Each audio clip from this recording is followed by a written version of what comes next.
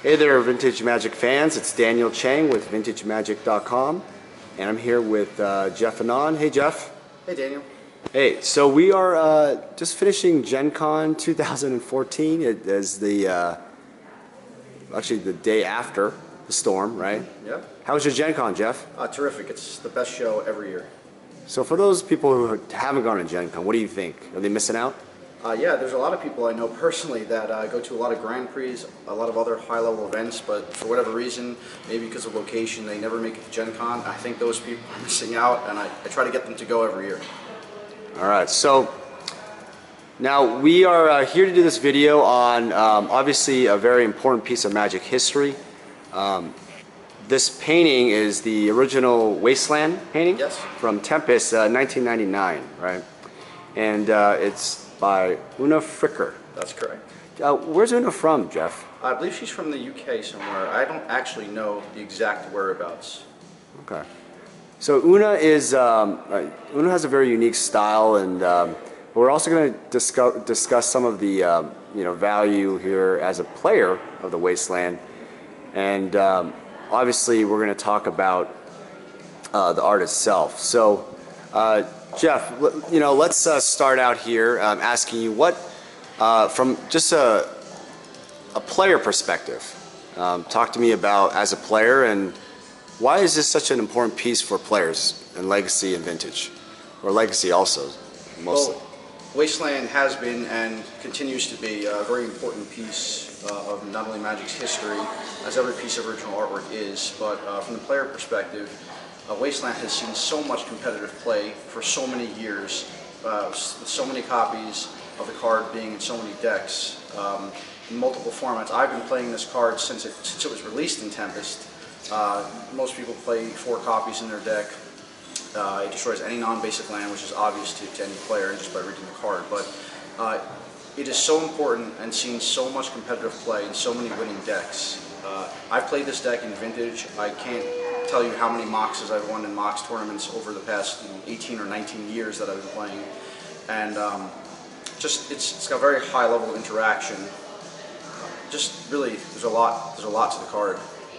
Knowing when to use it, very important. A lot of people, in terms of competitive gameplay, they play their Wasteland, they use it immediately, destroy the land. Sometimes it's knowing when to. That's more strategy, but sometimes it's knowing when to hang on to your Wasteland and not use it. Really, just a very, very well-designed card that's seen so much play for so many years. There's a lot of cards that fall by the wayside over the years. The power level of a lot of creatures has increased over the years, so you have great creatures that came out many years ago, Riverboa, Psychotog, things of that nature that players can remember playing with, and you don't really see very much at all in competitive play. Wasteland is not one of those cards. It has survived the test of time. I believe it will continue to do so. All right, so Wasteland, I mean, I'm not a competitive player, and you talk about for the fans so they know that you are a player, and your background as a player. Sure. So I've been playing about 18 or 19 years, and also collecting a great deal during that time. I've played in hundreds of Vintage tournaments. When we still had sanctioned Vintage back in the day, I was in the top 20 ranked players, but everybody that really plays Vintage knows that there's not a ton of ranked matches. But the year before they came out with the Magic World Championships for Vintage, there was a $250 tournament at Gen Con. I actually took 3rd in that, and I lost to Patrick Chapin in the semifinals. That was a good time. But played in Internal Champs last year, placed in the top 18. Hopefully plan to crush it this year. Great. So, wow, that's great information. I mean, yeah, the Wasteland is definitely a card. Like, I love what you were talking about. You have to know when to use it. Right. It is. It's just like it kind of mirrors that whole thought about Vintage or just play of Magic in general. You can't be you can't it's all about timing. It's about when to be aggressive, right? Yeah, not to get all deep, but I mean, life is in many ways about timing. Exactly. Wasteland plays. Yes, it is. So, thanks, Jeff, for sharing that from a player's perspective. And so here, from there's 2 sides to the story. Obviously, there's being a player, and there's a collector, and there's an investor. Talk to me about the art, just the art, as an art collector, first off, how many pieces do you own right now? I own just over 100. Okay. I think about 106. I actually picked up a few pieces at the show. That's one of the reasons I love going to Gen Con. There are so many artists that there's a lot of opportunity to try to pick up some things. Yeah. So just talk to me real quick, like why do you love magic art so much? I love magic art because, you know, at my heart, I'm a collector. It's very nostalgic, and magic, the art means a lot more to me. I think of all the memories that I have. When I look at the art, I remember being, you know, an 11-year-old kid starting to play Magic and picking up my first cards, opening packs with Wasteland in it and other pieces of art that I own. But it really brings back a lot of memories for me. I was at this place at this time doing this thing with these cards, and the art, every time I look at it hanging on my wall, it really just brings back a flood of memories. Yeah. So as an art collector, you know, you obviously have seen a lot of styles. Oh, yeah. Who are some of your favorites? Oh, I have a lot of favorites. It's hard to narrow them down, actually. I really like, I mean, Teresa Nielsen has some great art. I don't want to slight any artists by not mentioning them, but sure. Teresa Nielsen is great. I like Raul Vitale's new, at least I'm becoming more familiar with his work. Donato Giancola, terrific. I actually would like to own a Donato piece. I unfortunately haven't acquired one yet. Rebecca Gay, her art is terrific. I had the opportunity to be in her studio about 10 years back and obtain some pieces. Right. And you know, from a vintage magic perspective, the first 25, you only pick one artist. Who's your favorite? Oh my God! And I know this is not a bashing here. This is just this is a. I actually don't even know how to answer that. I can't even think of one piece or one particular artist. I really love so many of the works. That's a good answer. All right, so Jeff, let's get into this painting. I'm going to zoom in a little bit. Sure. Talk about the piece itself. Talk about, obviously it's a pretty big piece. I don't have the measuring stick here, but it's about, you know, it's a fairly large size for a magic piece, right? It is, and if you take it out of its matting and its frame, it's going to be even, you know, a bit larger than you see right here in the frame. It's definitely, especially indicative of the era from Tempest, it's significantly larger than many of the other pieces. I think that definitely adds to its value, and you can see some of the detail up close, and even better out of this particular frame. I have some other pieces of artwork from Tempest. I have the Four Mountains by Mark Poole, and they are pretty decent sized too, but they're probably about maybe 2/3 at best of what that is. Anyone who's been collecting magic art, especially old magic art for years, knows that the scanner back in Wizards of the Coast headquarters back in the early 90s was literally a very small flatbed scanner, and so that's the reason the art had to be small. Over the years, as technology has gotten, you know, much better, they're able to kind of shrink it down a little bit. But it is a very, very nice size magic painting. It is one of the larger pieces that I have. So you obviously talked about the scale. Talk about the detail and the style, and what makes Una Fricker. I mean, obviously you own a couple of her pieces I do too. own several Una Fricker pieces. Thieving Magpie, Utabi Orangutan, and a few other pieces. So she has a very, very interesting style. I'm certainly not. I don't have an art degree, but I do know that Una Fricker considers herself a kind of a nature artist. I think she's very, very, very good at drawing birds and creatures and animals. So if you look at her Utabi Orangutan and her Cloud Chaser Eagle, I think is fantastic. That's one and Thieving Magpie. The detail there is tremendous on, you know, every single wing. But to go back to the Wasteland, Wasteland is about, you know, it's a barren wasteland. Every artist has a description of what the art is supposed to convey, and it's very difficult. It's very difficult to kind of convey Wasteland in a manner that's still aesthetically pleasing.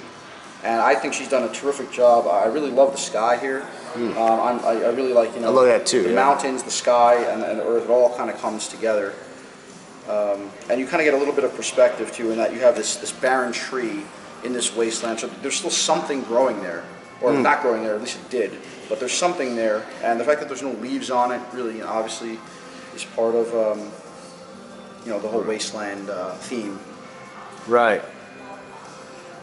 Yeah, I really, you know what? The more and more I stare at this piece, the more I really actually appreciate the artistic details. Like, and exactly what you said. You could have went a lot of different ways with this piece, but Una does an amazing job here. First off, obviously the land is dead and desolate, but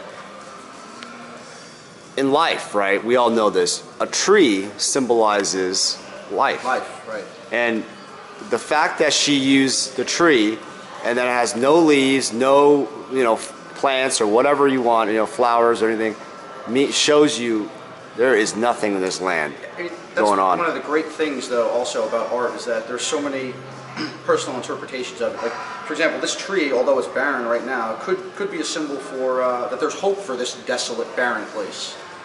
I think that's important, and that's one of the things I love about art. The ineffable qualities. All right, Jeff. Thank you so much for your analysis on the art perspective. So, obviously, with any type of magic art has evolved so much over the years. You've been in it since the very beginning. Obviously not that. Well, that since you're not the very beginning, but you've been since 2000 or so. For what? Collecting art. Collecting art. Yeah, I think since about 2000. Yeah, that's still pretty early, So, talk to me about your thoughts on like the future of magic investing, collecting of art, where it's gone. Why has it changed? Why has magic become this pop culture for the world? Well, magic means so many different things to so many people. For some people, it's a game. For some people, it's getting on the Pro Tour, and it's the thrill of competitive play. For some people, it's collecting. And then there's many sub-layers of collecting. It's collecting art. It's collecting experiences, going to shows with friends. It's collecting individual cards, collecting graded cards. There's so many aspects to the game. Don't forget sheets. Right, sheets, right? Can't leave those as a sheet collector. But there's something in the game, in the Magic universe, if you want to call it, the books, okay, which I haven't really read the books, but I know there are some people that have every single Magic novel. There's something for everyone, and that's why it has such broad appeal. But speaking differently, I think that a lot of us who have been around for a long time, around this game, around other people, we have a lot of memories, a lot of experiences, and as we've become a little bit older, the disposable income hopefully it's increasing for everybody, and we're able to purchase some things now that weren't available before or beyond our means. But also the role of technology has played an important role. Everyone being on Facebook, social media, being able to connect with artists is extremely important because we're able to track down things now that we couldn't before. So that plays a role in it. The player base of Magic is tremendous. It's increased exponentially over the past 10 years. I think it'll continue to do so. And also, I think recent trends unrelated to Magic in kind of pop culture, like Harry Potter movies, more Marvel movies, more comic movies, I think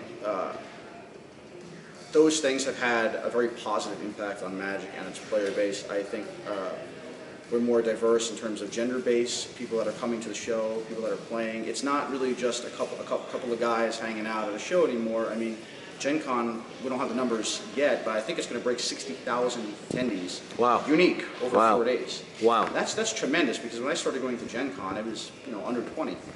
Exactly. So I think all these things combined make art a terrific investment. Obviously, it depends on the piece and all that things, but overall, I just see it continuing to trend upward, and it's becoming incredibly hard to track down very iconic pieces, and Wasteland is something special. Right. Well, Jeff, obviously, let's, I appreciate you giving that history and kind of where the Magic community is heading towards. And you obviously are, you obviously collect a variety of pieces of art, but also sheets. And I think you're the, in an interview, you were the sheet. You've had 500 sheets or 100? No. I have just over 200 sheets. 200 sheets. So many of which are unique or right. one of a kind, and I think there's well over 120 20, let's say, unique sheets representing different sheets. Right. That's really my thing. That and art. Right. And it's interesting, you know, you're talking about the way Magic's going. So I have one final kind of question for you about this investing of art and such. I mean, what are some really good tips for someone who's looking to really invest into art, Magic art, and also talk about if people have doubts in investing in Magic art, why maybe you could give us some insight why they should reconsider. Absolutely. The first tip I'm going to say is if you see a piece and you really like it, buy it. Unless it's something completely out of your means or something like that, you know, rational investing, of course. But if you see a piece, buy it. Buy it now because you won't find it later. Once something, for example, once something enters my private collection, there's a very slim to no chance that I'm ever going to part with that. And there are a lot of collectors like that. So if you see it and you want a piece and you love the art and it means a lot to you, buy it. Number two, I would say that, you know, it's also not something for the short term. If you're looking to, you know, to spend X dollars and then just cash out, you know, a few months later for something else because you're going to need the money for something else, then don't buy it because art is not about, you know, flipping pieces quickly or anything like that. It's not about buying a $10 Magic card and because you're hoping to flip it for 15, you know, in a week and net 50%. That's not what it's about. But I think that I have never been ever upset with a piece that I've bought and held over the years, and I think that if you find something, pick it up. All right, so Jeff, that's really great advice. All right, fans, so this will conclude pretty much our Gen Con 2014 experience. It's Monday, we're heading back today. Jeff Anand, thank you so much. How you welcome. Jeff's heading back to you know, the New York area, and Jeff, we look forward to hearing from you and your articles. Jeff is one of the writers for our investor and collector side. Jeff, why don't you give us a little sneak peek on the next that idea of investor article you're going to be doing here soon? Sure. I'm currently writing an article about what type of it's called "What Type of Collector Are You?" And like I said earlier, Magic means a lot of different things to a lot of different people. So in its people in their purest forms, there's pure collectors, there's pure investors, and there's pure players. And it's, well, that's great in theory, but in reality, most of us fall into some kind of hybrid category. You know, you're a collector and a player. You're a player and an investor, collector and investor. So the article is really going to go in depth about making people think about, you know, where do you fall and how have you changed over the years? Because I know I certainly have. Jeff, I'm so excited to hear more about this, and fans, I hope you are too. So check us out again at our Facebook. It's facebook.com/vintagemtg. Our website will be up December 2014 at vintagemagic.com. Two areas you should look at is the art gallery. It's going to be a full-on art gallery with just like a museum has. They have permanent acquisitions and pieces, collections for vintage magic, and also we have guest artists. So artists around the world you imagine, such as, you know, hopefully people like Mark Poole, Therese Nielsen, and many others. And it's not just magic art; it's fantasy art. That's what makes the game so beautiful. You know, they've expanded their careers and they've gone beyond magic, and it's a great opportunity to acquire some of those pieces. And obviously, Jeff is again one of our writers. You can find him on the site. His profile's there, and all the questions. If you have any questions or feedback for him, please go to our site and hit the articles tab, vintagemagic.com, and you'll see more about Jeff and his awesome articles. So, Jeff, thanks again. I hope you we appreciate your opportunity to. This is going to go to a good home, you know, our gallery, and obviously you are a very, very distinguished and prominent collector, and just a genuinely nice guy, and I consider you a very good friend. Thanks. All right, Jeff. So I just want to say also, for thanking people, I want to thank this piece would not be possible without the help of another collector, and many of my pieces that I've acquired over the years, it's kind of a team effort. I didn't find this piece. I didn't find it alone, and there's several other pieces that I didn't find. And I'm not mentioning names just because I'm not sure if they want to be recognition. Privacy, but I didn't go it alone. Yeah, and fans, that's the big deal about art. Is I'll zoom in one more time and collecting, right? None of us would be able to do any of this without each other. And you know, really, vintage magic. You know, our slogan kind of says it all. You know, we start as collectors, or we start as players in some ways. You know, many times more than others. Right. We end up collecting, and we're always investing because we grow up, we have that kid, or you know, we have our family, and you know, we always look at it as an investment. We always, it's a nostalgia. And Jeff is just a perfect example of the community. You know, VintageMagic.com, we want to support that community. And I love how Jeff is just like, you know, we're just all engaged together. So, Jeff, thank you again, man. You're great. You're a great guy. Thanks. Okay, take care. Take care.